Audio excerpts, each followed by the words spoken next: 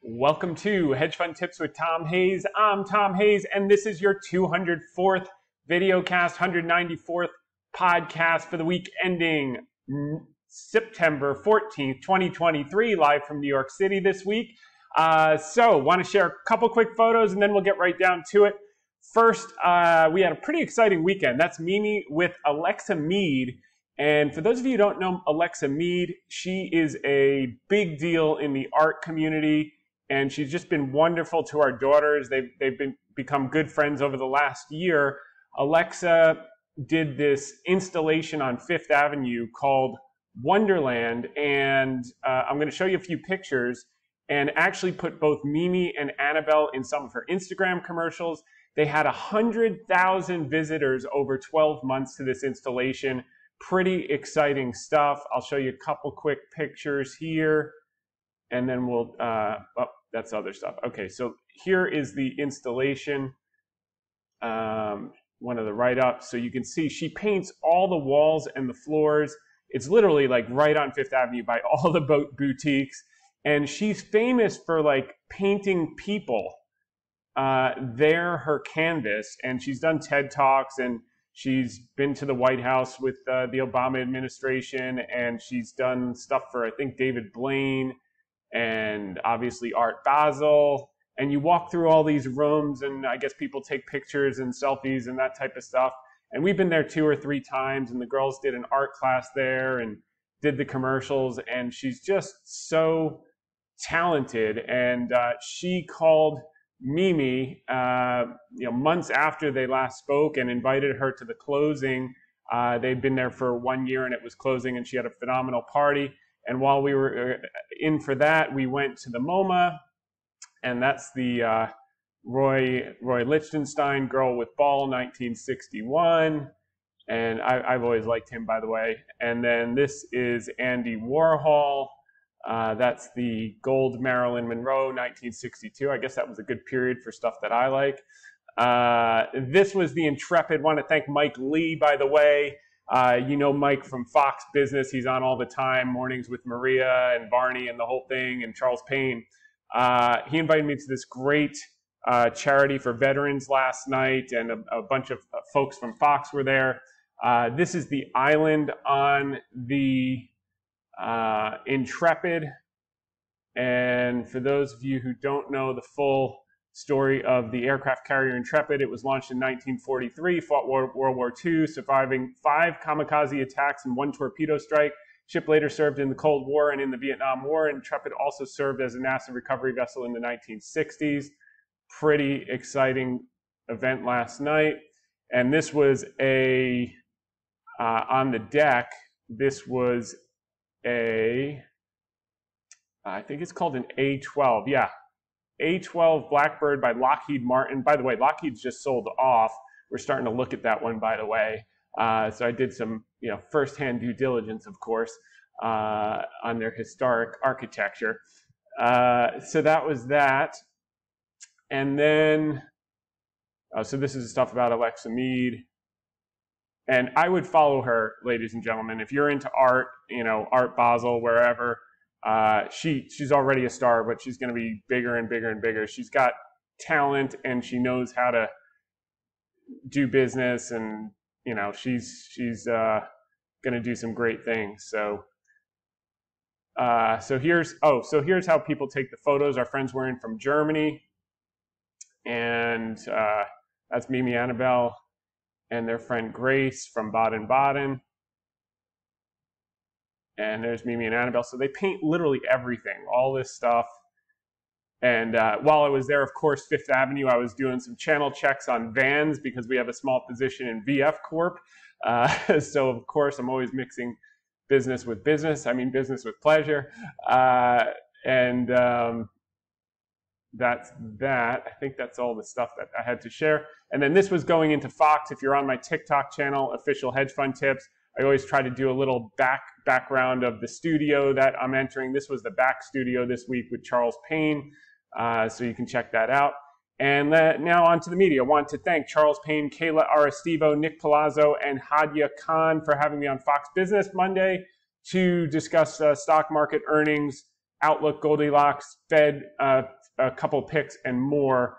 You definitely want to check this out. So we're going to listen in quickly here. Macroeconomic outlook, because it really does matter, folks, particularly for stock pickers. For instance, take a look at this table. This is a really important, interesting table. It gives you 4 economic conditions, right? You have Goldilocks, disinflation, reflation, and stagflation, and the assets that how they've appreciated. This, by the way, goes back to 1973, so it's pretty in-depth. And essentially, if you can figure out the economic backdrop, it helps you figure out where you want to position your portfolio. So with that in mind, I want to bring in our next guest, who's in a Goldilocks camp, right? Great Hill Capital Chairman Thomas Hayes. Thomas, so these 4, you like Goldilocks right now?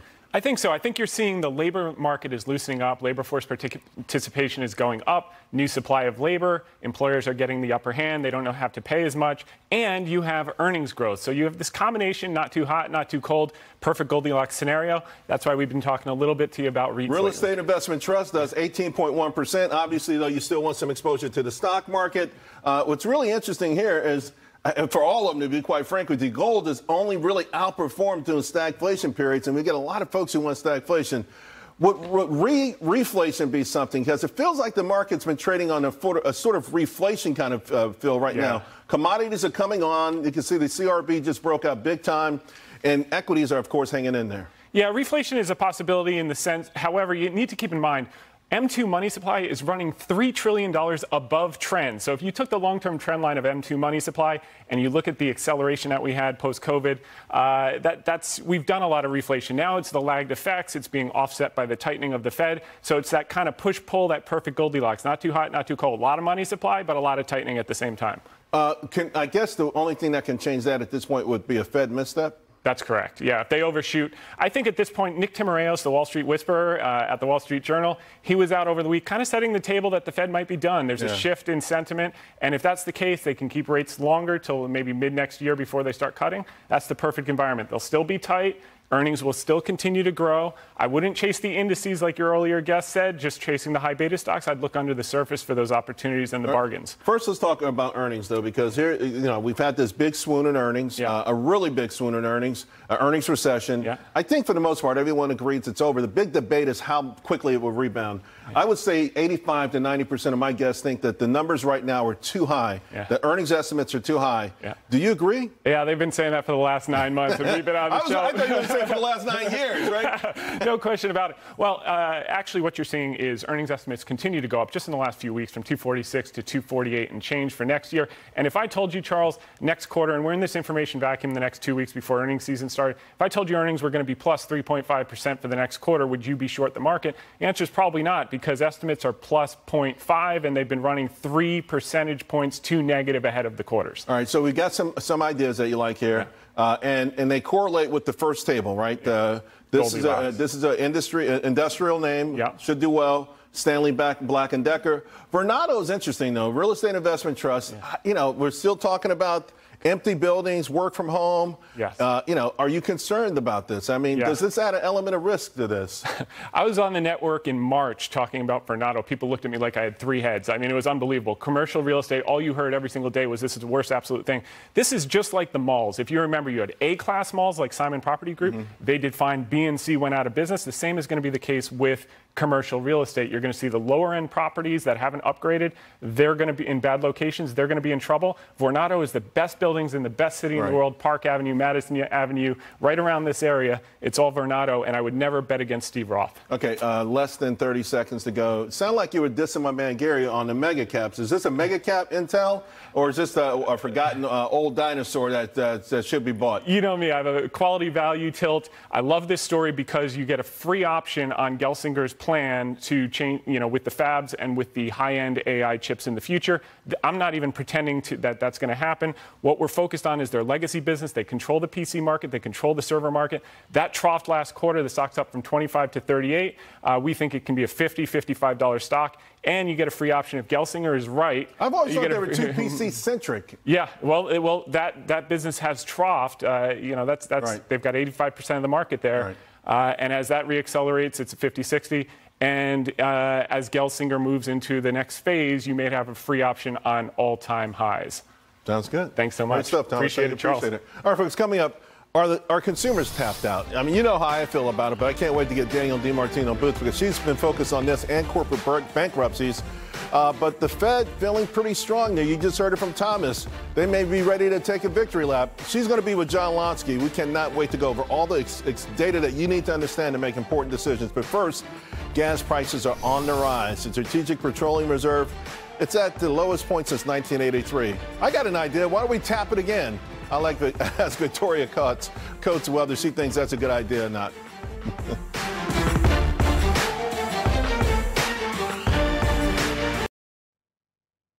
And we're back. So that kind of gives you the broad overview. Also want to thank my buddy Rick for just buying me the most incredible ball mark. This goes on your golf hat. And for those of you who've been following the podcast for a while, it says, the secret to happiness is low expectations. And then you just pull off the ball mark, which is pretty cool. I often use that ahead of earnings season because estimates are so low, just like I was talking about with Charles. So that's timely. Also very excited to go down to Dallas this week to see my friends Chris and Brian, going to see the Cowboys play the Jets. So very excited to see them and catch up with clients down there. Also, thanks to, of course, Jacob Sonnenschein. Speaking about up-and-coming talent, he can't paint people on the human canvas like Alexa can, but Jacob writes some great articles over at Barron's. Want to thank him for including me in his article this week on expectations for the markets. Also want to thank Ruth Carson and David Finnerty for including me in their article on emerging markets, China and the dollar. Also want to thank Ankika Biswas and Srishti Achar-A for including me in their Reuters article. And finally want to thank Nandam Madhyam and Siddharth Kavale for including me there in their Reuters article today. So, got a lot of great stuff to cover today, and quite a few Ask Me Anything questions. So that's what I want to spend a lot of time on. You saw the ECB, couple news items before we get right down to the article of the week. Lagarde raised and basically said we're done for the ECB. And I think the message of the markets as we look at the S&P up 36 points, almost a full percent, the Dow up 325 points, almost a full percent. The message is if they're going to pause with as much inflation as they have, and we have 3% chance of a hike next week and a 35% chance of a hike in November, we're definitely pausing, i.e. done, for sure, which is going to get us all the things that we're looking to see happen, namely the 10-year yield to have peaked out, and the dollar starting to weaken, which will help emerging market flows. So we just need to see the languaging next week, and then we should start to help is coming for the emerging markets. This was an interesting article in Financial Times, the bull case for bonds. This is kind of what we've been talking about in the same case. He's talking about relative value. I'm talking about simple pension demand, people wanting to lock in assets that can meet their long-term liabilities. The strike looks like it's going to happen tonight. What's interesting is I think this guy is, if I have to be candid, I think he's an amateur, because if I'm the automakers and this guy tries to do targeted strikes, in other words, he thinks he's going to go in and say, pay me, or I'm just going to hit your critical areas, but you keep paying all of my other people and keep the lines running, even though they're useless to you when you don't have the key factories working. I think he's got another thing coming to him, because if I'm at the head of the automakers, I'm saying, if you're going to strike anywhere, we're going to just shut it down. And when you want to help us build cars again and we don't have to throttle one area or the other area, we can talk. Because at the end of the day, this guy runs out of money in 5 weeks. So they've got 5 weeks of reserves. They're going to take these poor people and pay them $500 for 5 weeks until they run out. People are going to fall behind on their mortgage. He's rejecting basically, I think it's a 26% pay raise right now. That's well above any inflation that we've had in the last 2 years. And now inflation is coming down. So look, I think the workers definitely should get raises. I think they should definitely get a decent amount of what they're asking for. I think it's a compromise. I think the OEMs have actually put reasonable offers on the table. And hopefully, by the grace of God, they will come to some amicable solution for both sides. But this concept where he thinks he's going to get away with shutting down a couple factories so all of his guys get paid and the OEMs get screwed because they can't produce cars unless all the factories are working, I think is a fantasy. And I think he's going to realize how business works pretty quickly. Moving along, retail sales rose again, bucking expectations. Higher gas prices helped. So we'll go through the economic data later. Lennar's earnings are a read on housing. Demand for new homes is strong. And I think that speaks to demand for smaller new homes is strong, related to the millennial thesis that we've gone through ad infinitum on our podcast videocast. Someone hasn't asked me anything about Carnival and Norwegian. Well, they just got upgraded today. And let's see, this is over at Alex Brignell. And he upgrades them to buy from neutral with targets of $23 and $25. Let's see where they're trading right now. CCL, $15. So yeah, there's some upside there. So he's taken a punt that these guys will be able to, there's equity value, and that they'll be able to refinance their debt. I think that's a reasonable expectation based on where OIS spreads are right now. The credit markets are thawing, and we're going to talk about that in the article. So I think there's probably something to do there. I think you still have to size it based on the balance sheet. Here's an upgrade from Morgan Stanley for one of our holdings, Amazon, showing how sales could surge to $230. So we're excited about that. Some Chinese stocks are a real bargain now. Alibaba is one of them. Why is this article important? Because it's from Reshma Kapadia, who has been one of the most pessimistic China journalists for some time. And she's been trying to be fair, when there's good news, she reports good news. But it's very interesting to see her put this out and kind of make the case. And we're going to point to some things that are showing peaks of pessimism like we saw last fall before Alibaba doubled over the next 12 weeks. And it's kind of nice to see Reshma come across on board, and definitely check her out because she seems to be writing some really good balanced stuff now.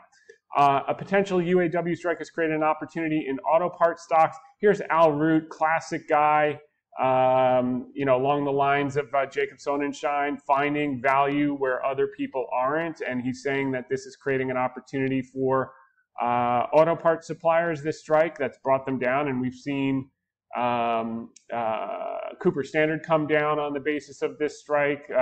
Probably more than it needs to, but that's creating an opportunity to pick up some shares for new capital, which is pretty exciting.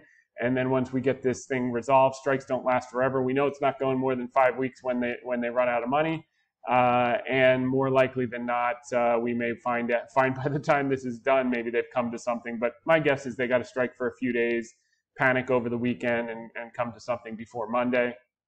Beijing throws China's housing market a bone, so they're doing more of these dribs and drabs.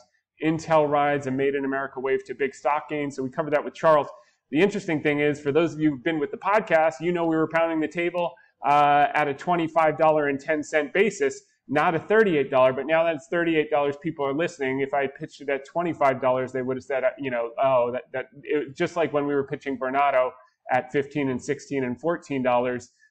Everyone looked at us like three heads. Now that it's up almost 100% in a couple of months, people are thinking about it a little differently. Not a couple of months, 6 months. So that's that. Franklin Templeton, CEO, says China pessimism is overhyped. We agree.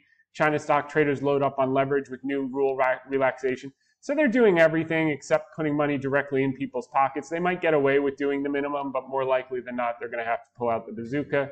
Alibaba's new CEO elevates AI to the top priority and revamp. I think Alibaba is the most undervalued, greatest upside AI play on the globe right now. it's kind of nice to see them get rid of Daniel Zhang. I know he quote unquote resigned, but now what you have with Tsai and Eddie Wu is basically two of Jack Ma's proxies. And for those of you who know the story of Alibaba well, Jack Ma built the company. He created the growth. Tsai was there with him. These are his original partners that are now back in the game.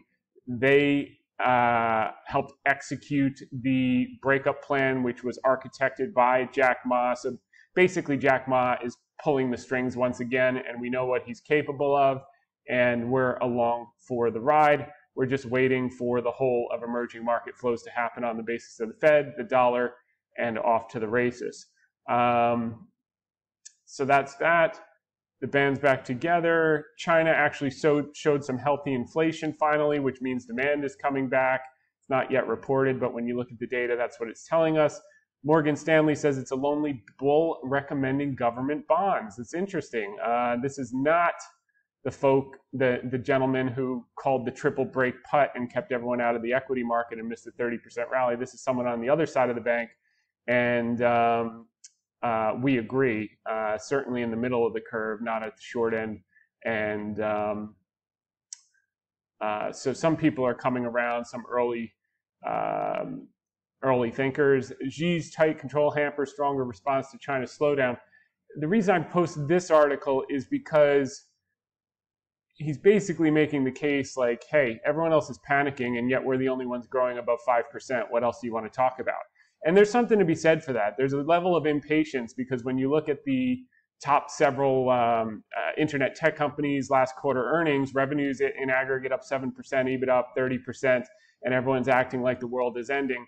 I think they're just a little impatient. They went from 3 years of being soldered into their apartments to now being out for 6 months, and it takes a little time to ramp up after the patient has a heart attack, but we're seeing it in the areas that count, which is the areas that we're invested, namely Alibaba, and their performance continues to improve. The stock price continues to stay the same, and sooner or later, the arbitrage in this business, where you make money in this business, is time arbitrage. When you can find those instances, which are few and far between, where the price in the market is so disconnected from the underlying fundamentals, growth, and cash generation, and then you're just hanging on. And some of them take off overnight, like Vornado, like Intel, like many others, like the banks and the energy during the COVID. Even now you're seeing Citi start to rip the last few days because Jane Fraser has figured out that her job is not, she's not a self-appointed leader for life like Xi thinks he is, which he's not either. She's got to actually bring that efficiency ratio down from 69 to 63, and she started knocking off heads this week, and now the stock is starting to fly. Even Disney's getting their stuff worked out. They came to this deal with Charter, and this is an interesting article from Shannon Thaler over at The Post. Disney execs reportedly think Bob Iger's endgame is to sell the company to Apple. Everyone knows he was great friends with Steve Jobs, and through that by proxy, Tim Apple, as everyone knows him as well, and Tim Cook. And I wouldn't be surprised if there's more rhetoric around them doing something with ESPN. But at the end of the day, Disney's going to be fine just on its own. It's just working through these short-term kinks, which now seem to be working out. Here's a chart from Kimball Charting on the FXI. This is a normal type of wedge pattern that you see. It's always bounced at these levels. I think we're going to see the same thing, and then we're going to see a breakout of the wedge. And historically, when you have a wedge like this, you take the measured move from the bottom to the top, you add it to the breakout point, and that would put us well into new highs for the China FXI over time. But one step at a time, let's break through the wedge first. I know it's been a long wait, but we've effectively just done nothing for the last year going sideways. And that's normal. Last week, we put out all of these indicators. They're now starting to move in our direction. So there was a ton of pessimism in the market. We said, look, nothing's happening. Chillax, okay? You basically got a sideways consolidation like we had in April and May before a huge move in June. We had the same thing in July and August. Oh, and by the way, as of right now, we're back up to 450 right up here. So everyone literally was panicking over this and this nonsense in August, and now we're going to break back out, which is pretty exciting, just in time for the end of the year for everyone to play catch up. Our article of the week is Inflated Away Stock Market and Sentiment Results.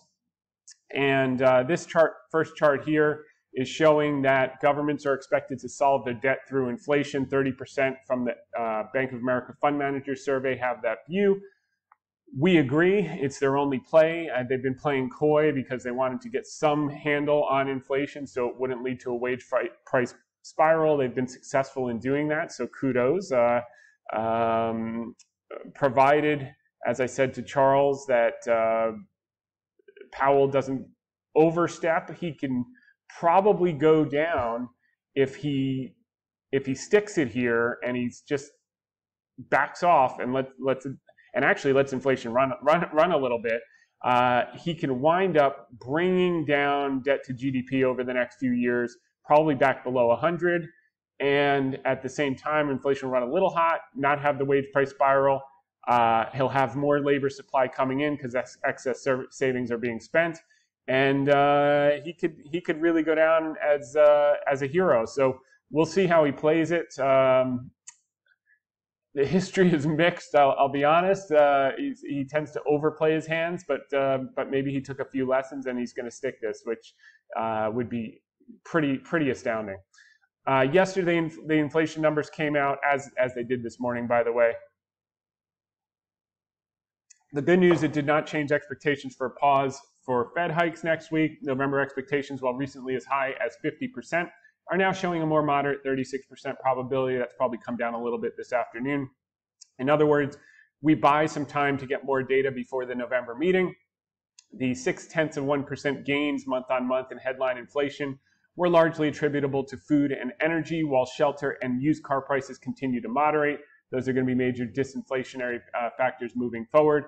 The left number is actual, middle is estimates, and right is last month. So you can see core came in line year on year at 4.3, down from 4.7. That's a good thing. CPI did tick up. It was in line month on month, but 10 basis points over expectations on the headline. And you can see where that all came from, which is gas prices, largely a function of certain policies that we've had in place for the last 3 years, that haven't served us well on that front. But the election's coming. They're going to release more from the strategic petroleum reserves. And while the Saudis are in a position of strength and can continue to cut production, I don't think Russia is in as position of strength as they think they are with the war that they started. They're going to have to be pumping covertly or overtly. Iran, same thing. They're in talks with the U.S. cutting deals, and Venezuela, we may be shocked with the level of production coming online with them shortly. So I wouldn't hold my breath, and we're moving into a period of seasonal weakness and lessening demand. So that may be helped. But as headline CPI has had a short-term energy-induced counter-trend bounce, core inflation, the Fed's focus continues to move in the right direction. So here's the little blip in headline. Here's core. Annual rate of change for the core consumer price index is now down around just below 2.5%. In other words, almost in line with the Fed's quote-unquote target. Tim Arayos from the Wall Street Journal was out, aka the Fed Whisperer, talking about August CPI, core goods on a 12-month basis, almost back to where it was before the pandemic. Negative 1.9%, 3-month annualized. Housing is still a likely source of future disinflation, plus 4.5%, a 3-month annualized, and core services ex housing is plus 2.2%, 3 months annualized. So all this stuff is boding. A lot of room here in housing. Core goods is almost flatlining. So many positive developments. So further note is the fact that inflation expectations have moderated to levels seen pre-pandemic and more than a decade ago. So we're below these levels that we saw in 2012 to 2014 and below the levels from 2004 to 2007 as it relates to inflation expectations. This is the most important, quote, target for the Fed. Future expectations about price is what drives current behavior. Future expectations remain moderate. This is especially important as the bill is coming due for the excessive tightening. Not only can we not afford to refinance $7.6 trillion of government debt in the next year at current rate levels, but hiking more becomes entirely out of the question. I think the ECB is figuring that out, and certainly the Fed is aware of this at the moment. This is what's coming due over the next 12 months. And I would not be shocked at all if the Fed becomes a buyer of last resort and we see the balance sheet go up a little bit, and maybe they take rates down 25 or 50 basis points over the next 9 to 12 months. Interest rates, interest payments on national debts rose significantly. They're going to hit over $500 billion. That's material. Spending on interest will exceed spending on a number of categories over the next decade. Interest expense is expected to go to $1.5 trillion. Spending for net interest is projected to outpace other spending, more than Social Security, more than Medicare. And net interest costs will account for almost 40% of federal revenues by 2053. Well, forget about 2053. Let's just talk about 2030, almost 20%, which is huge. And then now expected to exceed the highs that we saw in the mid-80s. So with debt to GDP levels not seen since the late 40s, the only option is to, quote, inflate it away. As you can see in the top table of this article, institutional managers expect the Fed to do just that. The Fed should be hoping they can continue to keep inflation above trend without stoking expectations that it will remain above trend so they could get the best of both worlds. Inflate away this ratio by letting nominal GDP run hot while not causing a wage price spiral. They are delicately threading a needle to an extent not seen since the 1945 to 1956 post-World War II period. And how appropriate we had the Intrepid at the beginning of the podcast, Back to the Future, both with debt and with artillery. Now, if you look back then, we had debt to GDP at 119% in 1946. By 1956, we got it down to 61%. You say, wow, it's magic. No, it's inflation. So here we are. In 2010, we had debt to GDP at 90. We're now at 123. I think maybe we've gotten down to 119. I'm not sure where we're going to end this year. But so how did debt to GDP drop from 119% to 61%? Just look at the inflation rate on average over the 10 years and you'll have your answer. The debt was inflated away. Here was inflation. They had 14%, 8%, then a negative year, then back up to 8%, then 2%. But in aggregate, they were willing to do that. And why do you know they were willing to do that? Because when you look at the 3-month T-bill, kind of you could reverse engineer the Fed funds rate, or the actual Fed funds rate when it stopped being pinned at 1% in 1947, you could see they still kept it all the way through till the end of the 50s. They just slowly went from 1 up to 3.3%, and the T-bills basically never went higher than 3.4%. So I do think that they're going to have to probably cut a little bit the back half of next year to let the especially if inflation starts to come down so that they can inflate away some of this debt. Otherwise, they really start to face deflation and other problems that will be a lot harder to solve. So the Fed is buying time in hopes they can do the same. They'll eventually have to bring rates down a bit to meet this objective. In the meantime, all they have is managing expectations with hawkish talk. Expect some of that next week, by the way, after they pause, until they can start to moderate rates. The one problem they will not be able to solve without major pain and devastation is deflation if they stay too tight for too long. Based on the signaling we're seeing of late from the Fed whisperer Nick Timiraos, they know this too. And this was the article I referenced when I was on with Charles Payne on Fox.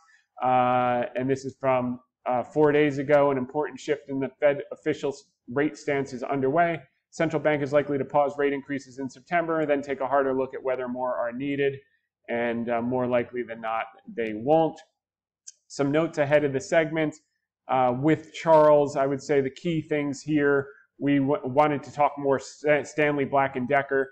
This is an interesting stock we own. By the way, none of this is advice. This is all opinion. We deal exclusively with accredited investors and qualified institutions, so we do not know your financial situation. Check with your financial advisor before you do anything. As always, click on terms at hedgefundtips.com. But this is a stock that fell 67% from its 2021 highs. And they do 85% of tools and outdoor. Think DeWalt, Stanley, Craftsman, IE.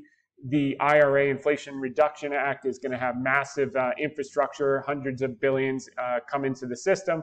All that stuff is being built with their tools. That's a positive. Earnings and cash flow did get cut in half, but revenues have held up. And it's the same story as many companies, even Intel, and we're in a lot of them, over-ordered and over-hired to meet COVID demand and supply chain delays. Now that those kinks are coming out, they're working down inventories. The market's not giving them enough credit. They've already taken out $430 million of cost. They're going to take out $2 billion. They'll have $1 billion out by the end of the year, $2 billion by 2025. Just divide that by the amount of shares. That's $13 a share. To the bottom line, they trade at a historic 16 times multiple, which puts the stock at 130 plus 60, 180, 190, whatever it is. And then that's excluding their current earnings power. So they'd be taking out $13 a share in costs. At their peak in 2021, they traded at $209 on $10.85 of earnings. So if you've got, call it 7 or 8 normalized, plus you take another 12 out, this thing could probably double earnings. The question is, does it get a 20 times multiple again, or does it go with its average 16 times? And that's why we like the stock. And we covered this one last week or the week before. Yeah, it had a move, but it's like when you zoom out, it's literally, in our view, just getting started. And some of these things, as I say, go right away. Some of them take a little longer, but this is, very much looks like coming out of the great financial crisis lows. You have these checkbacks, then you start to go, then you check back again for a couple of months before you work to new highs over the next year or two. And that's a monster move. And rinse, repeat over and over, same thing. Boring companies, predictable cash flows, temporarily impaired on the operating table. Sign me up. Everyone's puking. We're adding. And our advantage is not that we're extra brilliant, but we're extra patient. And we play the time arbitrage game. While others are getting on leverage because they want to catch the next $2 up or down and blowing themselves up, we're not de minimis leverage, and we just wait. And that gives us time for market value to match intrinsic value on a normalized basis, and we just do that over and over and over. That's our framework. Intel we covered. It's kind of amazing how excited people get when I'm talking about it at $38, but when I was talking about it at $25, all you heard was crickets. And it's going to be the exact same thing with Alibaba. When we start talking about it at $160, $70, when it's ready for its next pullback, everyone's going to be super excited. Now at $80, $90, wherever we are today, I think we're up a couple pennies. Oh my God, we're actually green today. No one here. It's just crickets. No one's interested. Cash flows keep going up, earnings keep going up, revenues. You can't give the thing away, and it's just hysterical. Vornado again. Everyone's excited to talk about it at 25. By the way, same thing with Intel. Intel's probably going to go back to 30 again before it goes to 50 or so, and everyone's going to get all excited here at 28. Where the hell are we? $38. Probably goes back down to the low 30s. Everyone's like, "Oh my God, he was so wrong." No, I own it from 25. Number one. Number two, if it goes to 30 and I have new money, I'll buy. Maybe I'll buy more. We'll see. But I'm a holder till 50, and then I'll see if his dream plan is going. If it's going, then I may hold on for new highs and beyond, and buy the dream, and it could be the next ARM or some type of NVIDIA or AMD high flyer. But if it's just a PC play at $60, I'll take a double plus in less than a year and call it a day, or no, hopefully a year and a day, for heaven's sake. I don't want to give half of it. Anyway, VNO, same thesis that we had at 15. If you remember, I was on Fox and people were like, "I can't believe you're talking," like literally like I had 3 heads, and here we are. Up a lot. So now we'll pull back to 20. People will worry about commercial real estate again. And then before you go back up to 30, 35 plus, and then we'll just analyze. If it's trading at book value, we'll probably be a seller when people get excited again. Sentiment, Bank of America published its fund manager survey on Tuesday. This is a very important document. Here were the 4 key points. By the way, thanks to my buddy Adam for sending me all this stuff. Also, Zach sends me some great stuff. Rick, as you know. and many others. Very grateful for all that. Managers have only started to play catch up to retail traders who got caught some of the rally off the October lows. So institutions, this light blue line, were lagging. Retail investors got some of it. Now they're playing catch up. But look at where they were playing catch up in 2009. The rally was just getting started. They were only halfway there. Same thing with the 2020 rally. So they got a long way to go, and so does this market over the next few years. So just hang tight. Sentiment is still in the crapper, which we love, down to great financial crisis low levels, down to COVID low levels. This is where you want to be buyers, not sellers. Managers expecting a weaker economy still, just like they were after the bottom in 2009, just like they were after the COVID bottom, after the market was already up 60%. Inflation expectations are just turning, similar to the great financial crisis. And managers continue to take risk at or near the low levels of COVID lows and the European debt crisis lows and the great financial crisis lows. But as you can see, similar type bottom, check back. Now we did that check back. Now we're up here. People still can't believe it, and you're breaking back out, and no one wants it. No one wants to be involved, and they missed the whole boat. And but there are quite a few of you who have been smart enough that number one, have gotten in, and number two, are waiting to come in. And we're just waiting for go here. If it's not tomorrow, it'll be sometime early next week. Some of you have already funded, so you're good to go. The rest of you who have your accounts who haven't funded, I will email you when we're ready to go, and you can just wire, and we'll start to put that money to work. This is obviously great timing to do that. And then as far as positioning, cash levels are coming down, but they're still elevated. So there's more upside to be had here. And whether you go through all the indicators that we covered last week that were just starting to turn, now are turning. This thing, the 10-day put call, the NDX 1% EMA, the Cohen high-low, the up-down on bounce volume, the McClellan stuff, etc. You can go through last week.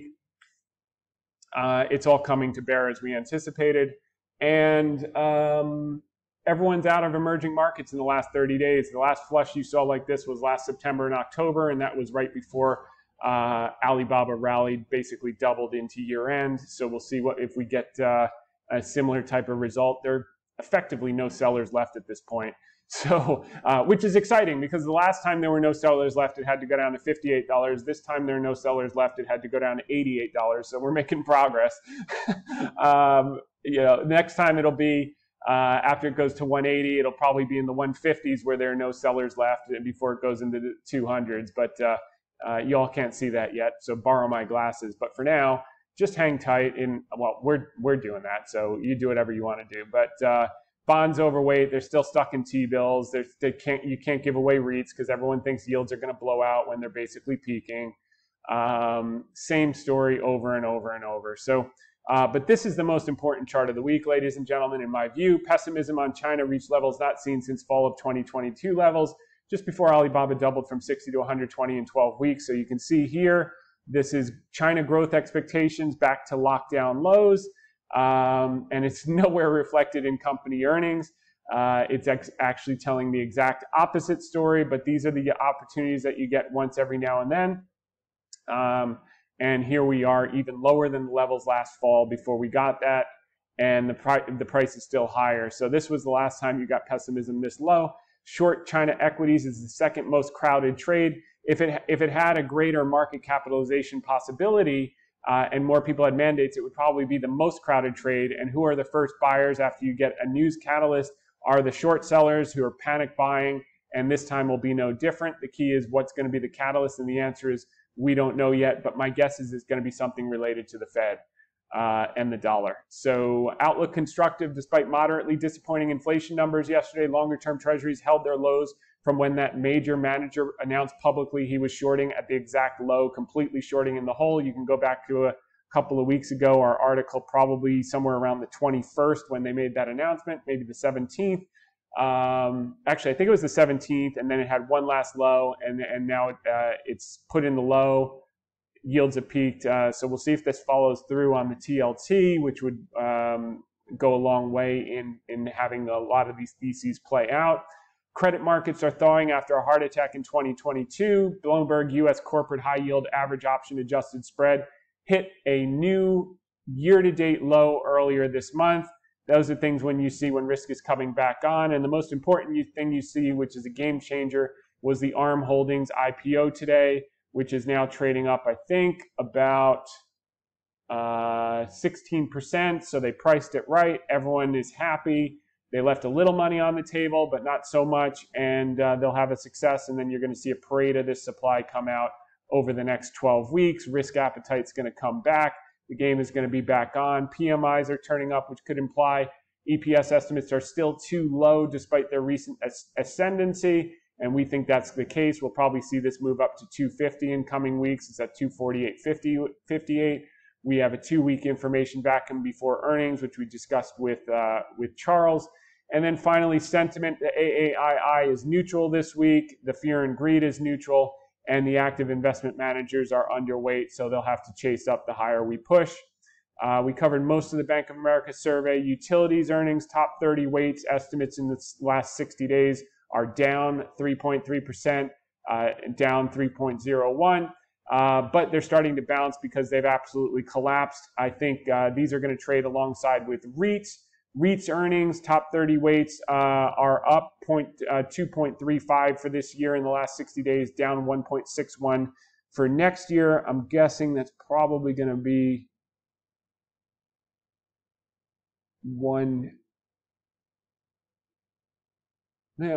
pretty steady. Okay, so it's not one lumpy one.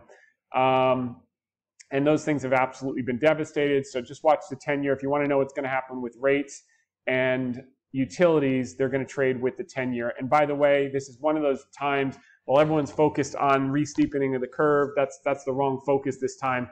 For banks to rally, you actually need the 10-year to rally because you want to see the marks on banks' portfolios move up. And when that happens, you're going to see a bid. So focus less on net interest margin for the next 4 to 5 months. Focus more on mark-to-market. Their mark-to-market will improve when TLT goes up and yields compress. And we think that'll be in the coming, hopefully next week it will start. And then it will be confirmed as we move towards November. And the probabilities of a November hike go down on the basis of data and necessity as they have to refinance $7 trillion of debt. Data, we covered most of the inflation. The PPI was in line month on month on the core, and on the headline was a little hotter than expected. Same thing as yesterday, and that's again going to be food and energy. So we're probably 12 months away from potentially a sensible energy policy in this country, but we won't hold our breath on that front. I think more importantly, we've got some seasonality on the way. As it relates to the factors we discussed earlier. As we look to 2024, which sectors are going to outperform the S&P in terms of earning growth? Communication services, that's Google. Okay, we own that. Then information technology, so some of those are still beaten down. Consumer discretionary, no one wants to touch, yet you saw retail sales through the roof today. There's opportunity there. Healthcare, we still love biotech. That's also going to be a function of the Fed. Biotech and BABA are actually going to trade exactly the same, and probably you could overlay the 10-year, the TLT. When TLT starts moving up, BABA and biotech are going to get bid. You'll see how that plays out. That doesn't make sense probably right now as you're listening to me, but just watch what happens, and so on and so forth.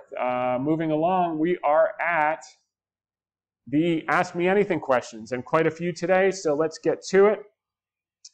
Martin Crumlish asked, thanks.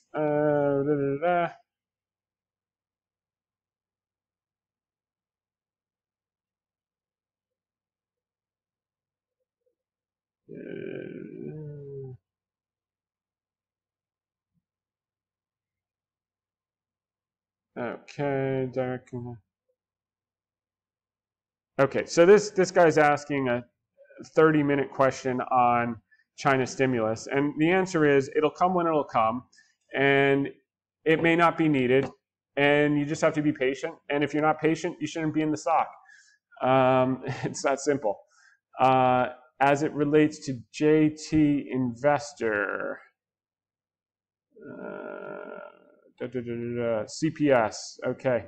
You notice the questions are always about stocks that are down in the short term, and never about stocks that are up. So perhaps the UAW strike is priced in already. I mean, at 14.13 is probably priced in already. We're going to find out tonight. Maybe we get a chance to buy it at 12 or 10. But impact of protected labor's dispute on the business. Rather consequences. So yeah. Well, the good news about that is that the vast bulk of the great thing about Jeff Edwards is he got ahead in line of the union and got probably 90% of his contracts renegotiated for more money before the UAW negotiation. So, if he can't get the last 10% or whatever it is renegotiated because they say, oh, we had to pay the workers all this money, it's not really a game changer. As long as the volumes are there over time, then we benefit from the operating leverage, and a 5-week shutdown until the union runs out of money is not really a big deal. The stock price might get smacked, so that's a mark-to-market problem. But I have the right type of partners. We don't at Great Hill Capital. We do not optimize for maximum AUM. We optimize for people we like and that we want to make money for, and we enjoy talking with, spending time with, being partners with, and also have the same framework that we have, which is why it's a requirement that they listen to the podcast at least a couple of months before we even talk about investing. So my partners understand this, and if Cooper Standard goes to $10 before it goes to $40, it's a non-issue because we're not on material leverage where it becomes an issue. Whereas many people, get an idea and it's like, what was the saying? I think Peter Lynch said, he goes, people will spend 20 minutes debating which can of soup to get at the supermarket to whether they can save 5 or 10 cents, and then on the bus on the way home they'll hear a stock tip and put their entire life savings without doing any research. And that's just a sad state of affairs. People don't do their own work, they don't position correctly, but I don't accept those type of people as partners. So the key here is drown out the noise. We know what the cap is for the UAW. Their pocketbook runs dry in 5 or 6 weeks. And more likely than not, everyone's incentivized. The administration can't screw the unions before the end of the year, so they'll probably find a way to funnel more money into the OEMs to get a deal done that looks like a win, but doesn't cost the OEMs a lot more than everyone expects, and we'll be back off to the races. So that's that. Good questions on both fronts. Stephen Frampton. Hi, thanks for the video cast as usual. Watch every week. I'm wondering what you think about alternative asset managers like Brookfield, Blackstone, Apollo, KKR, and alternative assets in general. What do you think of the asset class, and would you ever own an alt asset manager? Appreciate your patience in teaching us, Stephen Frampton. Good question, Stephen. So part of the reason I wouldn't buy an alternative investment manager, i.e. private equity firm, is the same reason I probably wouldn't buy a boutique investment bank. The problem with these entities is that they're made up of a lot of investment bankers. And investment bankers, many are very smart and good people and mean well and all that stuff, but they have a different mindset. They consciously or unconsciously extract value from productive enterprise, not dissimilar to the government. And the owners are usually thought of as an afterthought versus a primary thought, which is why we made such a sizable investment in Cooper Standard at $5.50, is because management had a history of respecting equity, not diluting their shareholders, a history of consistent ability to operate in normalized conditions. And I generally don't get that empirical evidence when I study the Apollos, the KKRs, the Blackstones of the world. Those businesses are very good for the partners in the business. They take huge bonuses and huge payouts and everything else, but the shareholders get the scraps. And the exception is, because you list Brookfield, Blackstone, Apollo, KKR, and they are getting cheap, so I have been looking at a few of them. But I would say probably the exception is Brookfield. We've been taking a look at of late. And I think Brookfield is oddly going to trade with the 10-year as well for a number of factors. But there's just not a material enough margin of safety where, I need a double or triple. I don't see that necessarily happening in Apollo. Apollo's already up. Let's see, Blackstone, BX. I don't buy things that are up. I buy things when they don't want it. Blackstone, yeah, this is not KKR. Yeah, and then what's the other one? Carlyle. I think it's CYL.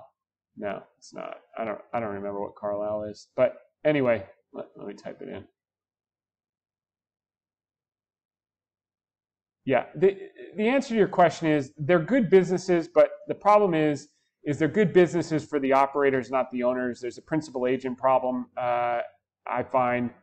And if they were really impaired, I would buy them for a double, but they've already started to recover. So I'm going to just take a short-term pass with the exception of Brookfield, which we're looking into further.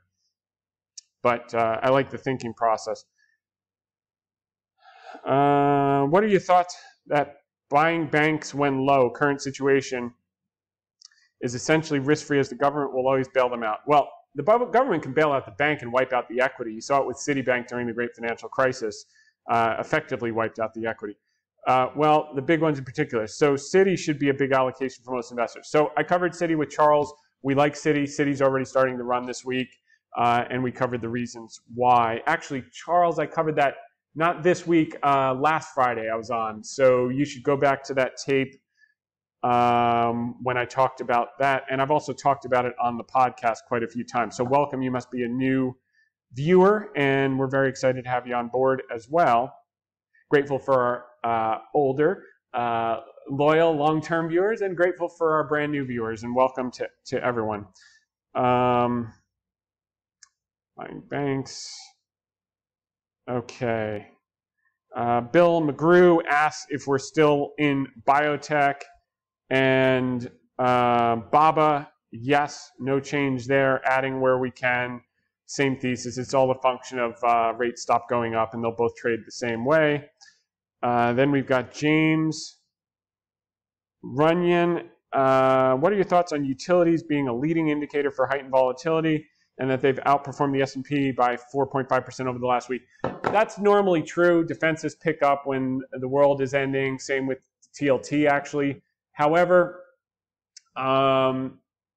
this time it'll be slightly aberration because of your starting point.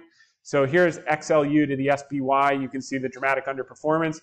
But effectively, if you overlay the TLT, it trades alongside. So as the TLT or long bond gets bid, utilities are going to trade up with them. And that's not necessarily a bad thing this time because it means rates are normalizing and debt costs are going to come down. So I would say I like your framework and thinking, and I'm just explaining why that may not be a bad thing. I do think utilities are going to go up.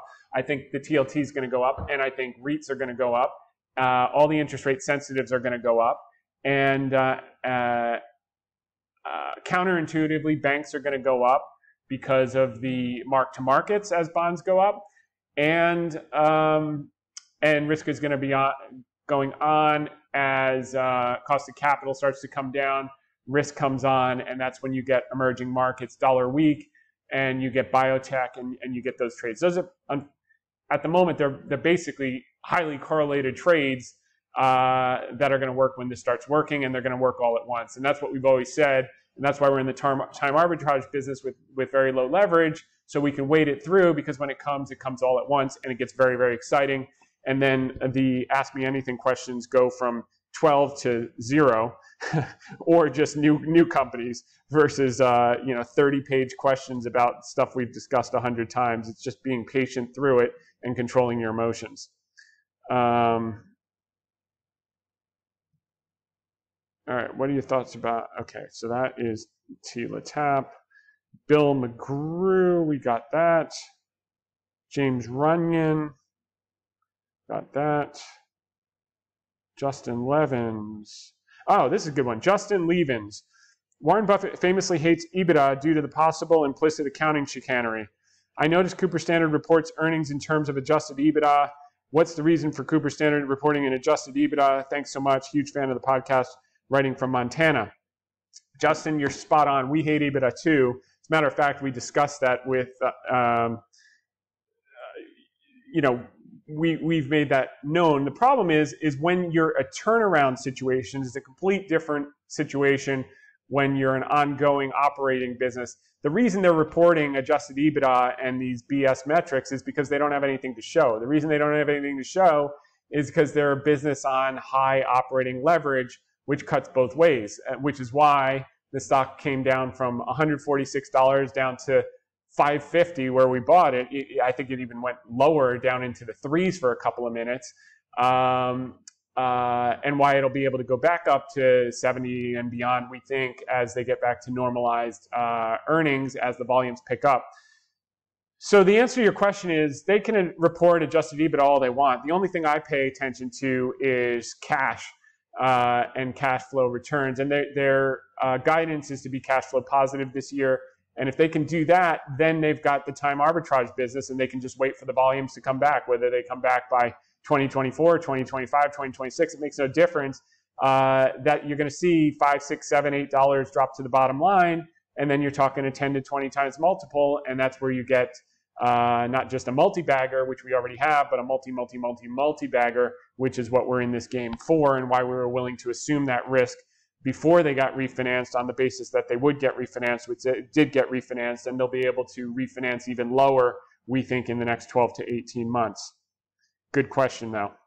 Kevin Martin. I've been tracking the radio broadcast and TV broadcast stocks for a while, hoping for an opportunity. I think I found some, but what are your thoughts on GTN, Gray Television, and iHeart? GTN is a Klarman deep value play, and iHeart is a Burry Miller value play. Okay, so I've noticed these as well. The first one I've done a lot of work on because there's another company I'm interested in that has related ownership. And I will say this.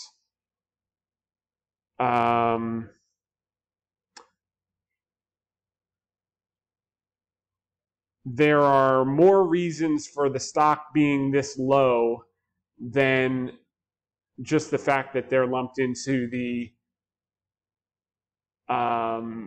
television bucket. And I wouldn't bet on this stock going up dramatically in the short term. It looks like it wants to go up, and it may very well do that, but there are other factors at play, and I can't get into on this that make me want this one. Number one, it's not a great business, but I know more about this one than I'm just a pass on it. That's what I would say. iHeartRadio is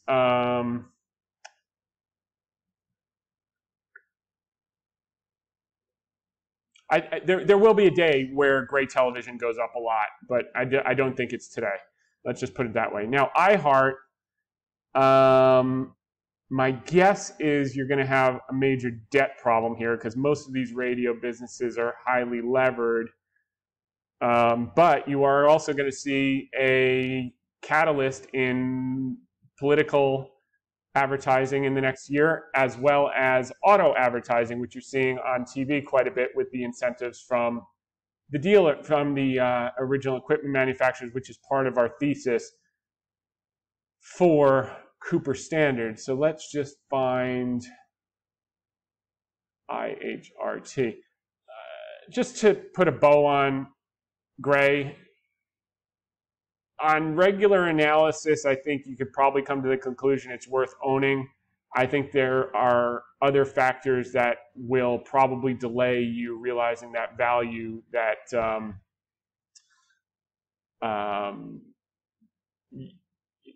would make me just want to pass on it in the short term, in my view. Okay, so IHRT. But I do like those mini monopolies of having kind of the local stations. It was the same thesis with Gannett Papers, but that quite, Buffett had that idea, and it didn't quite work out because the business was just in secular decline.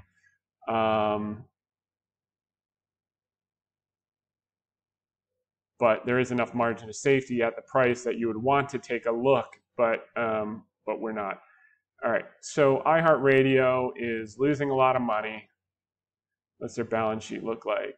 It's got $165 million of cash. It's got $5 billion of debt. It's generating some cash from operations, which is good, but their CapEx is high. And they paid back some debt, but they are free cash flow negative.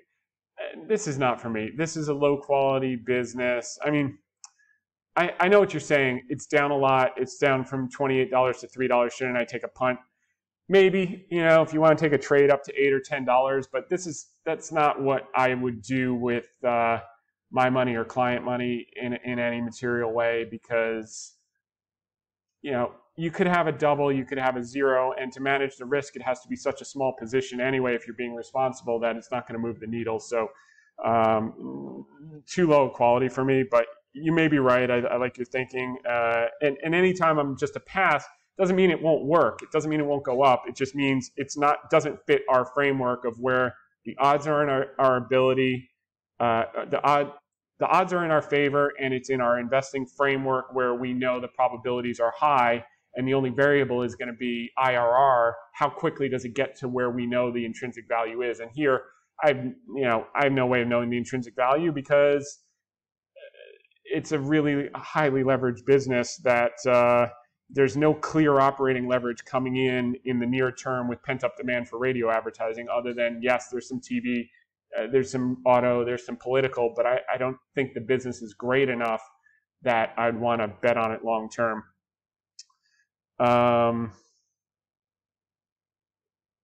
Okay, but good question, Kevin.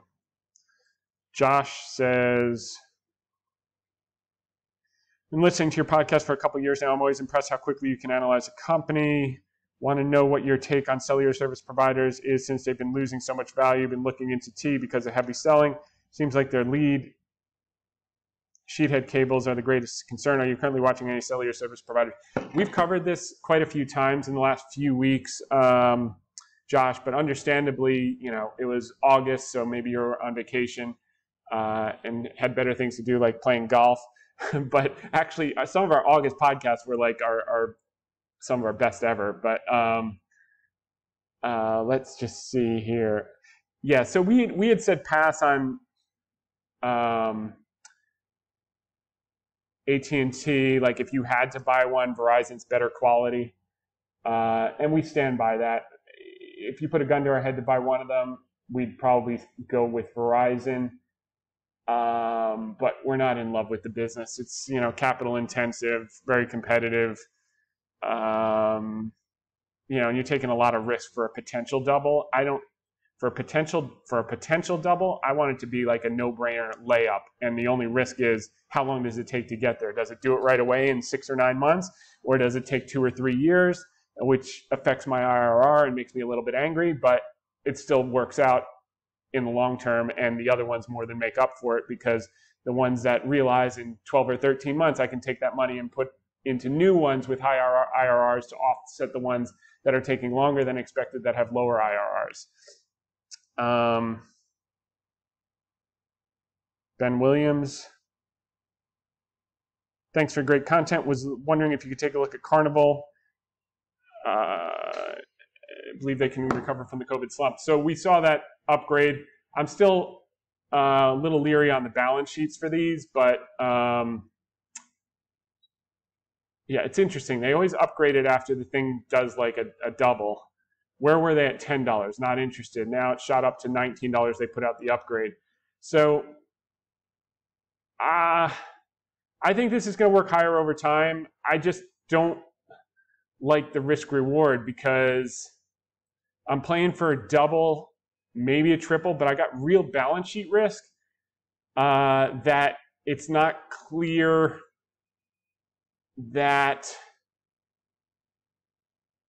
the leverage is going to be so much more than it was in the last 2 years. It's like COVID got over, a lot of people booked a lot of cruises. What's the next wave of demand that's better than what they saw in the last couple of years when their cost of capital is going up? So again, it probably works. It's just not for me. But I think your thinking is spot on to be paying attention to that type of opportunity. You just got to manage it by size. Okay. Lars Lundstrom says, here's one I recently stumbled upon when researching about the semiconductor industry. Carl Zeiss MedTech, as the name suggests, are coming from the medtech industry, specifically ophthalmology. Seems to have done well. Interesting for the semiconductor, ultra flat mirrors that are being used by ASML lithography machines to bounce around light and deliver the required flatness to bring ASML precision to the next level. COVID lows,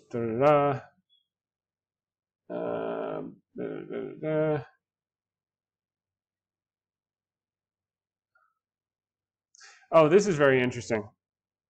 So he's asking, he's saying it's cheap. He's like, what are your guidelines, financial metrics when you consider buying a good business at a fair price? You bought Google last October, and you say you like Disney at current levels. These were not very cheap based on basic metrics like price to sales, price to earnings, etc. When is a good time for a business at a fair price? I mean, I would not even have touched NVIDIA at 120 last October, but that would have worked phenomenal thanks to the podcast. So the one thing we were pounding the table on in fall of last year, besides Amazon and Alphabet, was semiconductors. So we expressed that through a basket, and that worked. And the reason we expressed it through a basket is you have to know your framework. And there are some people that are really good at buying high-priced stocks, hoping that they'll go higher.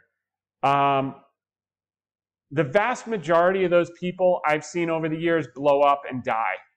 There's one guy that I would trust to play that game for me.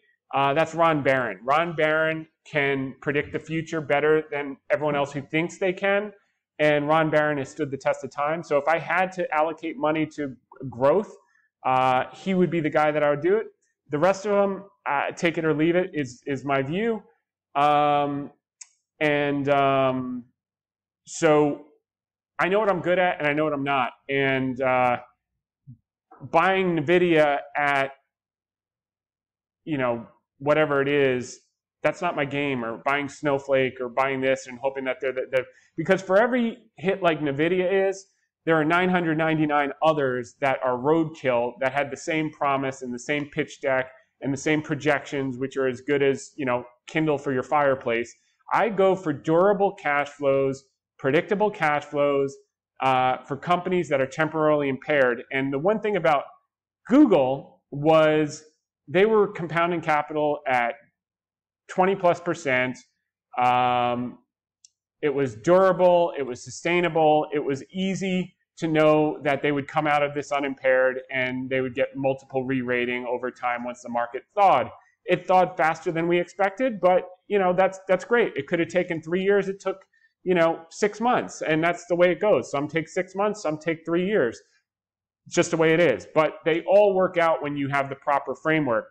As it relates to Disney, the other thing is, it's like when you think about Warren Buffett and people say, oh my God, you remember when he did that $5 billion deal for Goldman Sachs and he did it in 5 minutes with no due diligence from his bathtub during the great financial crisis?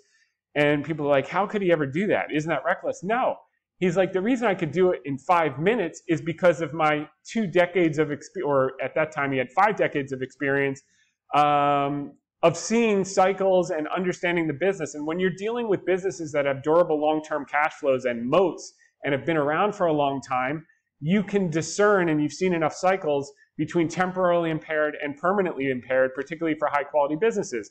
And all I know is, there have only been 2 other times you could buy Disney at a 50% discount in the last 30 years. And there's nothing, if anything, the forward outlook has gotten brighter for Disney than it was in 2009 when it went from 30 down to 13 and then rebounded up to 130 within 5 years.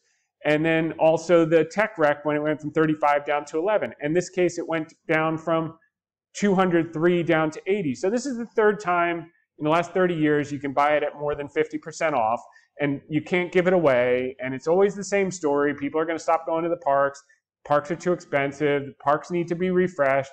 And now this time, one of their big growth drivers moving forward, which is they figured out a way to monetize one of the greatest content libraries in the history of humankind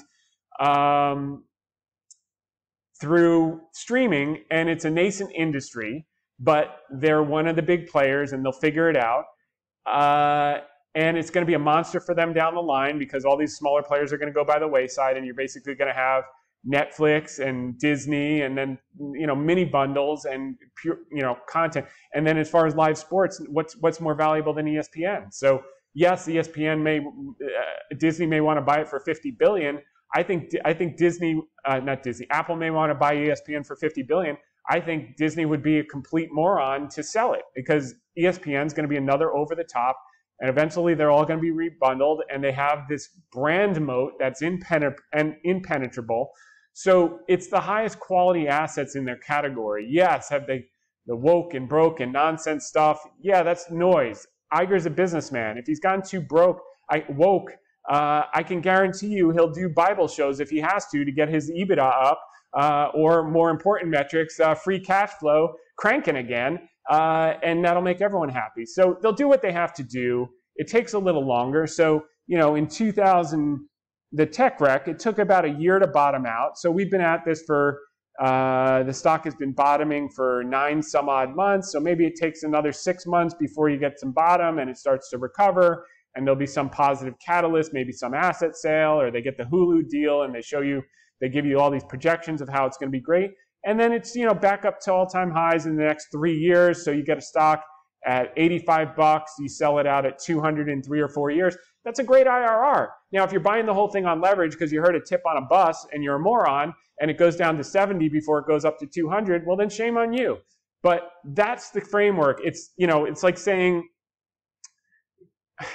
how could I be a great neurosurgeon in the next 6 months? The answer is you would never go to a 31-year-old neurosurgeon. Like if you got a brain problem, you're going to the 70-year-old that's been doing the same exact thing for the last 40 years, that knows exactly what he's doing, or maybe the 45-year-old who's been doing it for 20 years, who's more up on the modern technology and knows how to use the technology better, but certainly has a wide body of experience and seen a lot of things and a lot of different scenarios and a lot of instances to do it. And that's why the wealthiest people and the people that become my partners, they outsource this because they're the smartest guys in the world as it comes to real estate. They're the smartest guys in the world as it comes to energy, smartest guys as it comes in the world to private equity or roll-ups, or however they've created their wealth in different situations. So they just lay it off to other people that they know have the same experience in doing something for them and hiring that out as what makes them so great and better than all their competitors in their primary business, whatever that happens to be. So the answer is, it takes a ton of time. There's a soft skill to this. Look, I go to the same golf instructor that many people you see on TV go to. As a matter of fact, I'm really lucky that one of them is going to be my playing partner in the member guest next Friday. So maybe we can pull off something great. And yet I'm not on the tour. Okay, so why is that? Because I've been doing it for a year. Yes, I've gotten down to a mid-teens handicap, which is quasi-respectable in a year, but not that exciting. So another year, I'll be, my goal is to break a 10 handicap. We'll see if that happens. Maybe it takes 2 years. But the answer is it takes time, even when you have the quote formula, because you need to see a lot of situations and experience a lot of situations and do a lot of situations. So there's no quick answer. So I hope that's helpful. But one, they've got to have a moat. They've got to compound capital. They've got to generate free cash. We're not betting on the manana stories and hoping that we get it right. Maybe you get the next Monster beverage. Maybe you wind up with the other 999 that thought they were going to be Monster beverages and you got a donut hole. So we're not in the guessing game. We're in the free cash flow generation, compounding business, temporarily impaired. Can we get a double or triple in a reasonable amount of time? Keep our IRRs well above the market. Make everyone happy and call it a day. We don't get paid until our clients get paid first. And that's what we do. So with that said, I think we're at our last question. And